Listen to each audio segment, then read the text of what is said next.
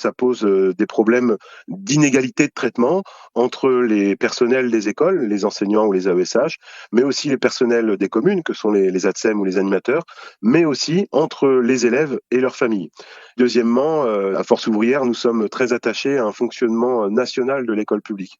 Et nous ne souhaitons pas que les élus locaux s'immiscent dans le fonctionnement et l'organisation de l'école publique. Mais moi, je tiens à signaler quand même qu'il n'y a aucune étude officielle qui met en avant le bénéfice des 5 jours pour les apprentissages. Ce que nous disent les parents d'élèves, c'est que ça entraîne une sursollicitation des enfants dans les classes à partir du jeudi notamment. On a davantage d'excitation ou de fatigue et du côté de nos élèves, quoi.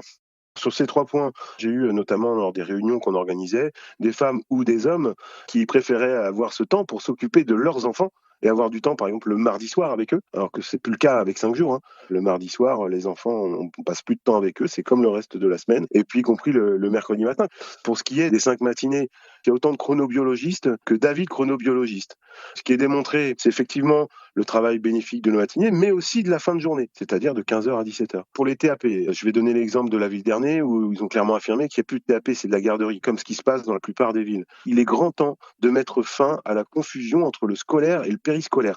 L'école de la République, c'est pas une garderie.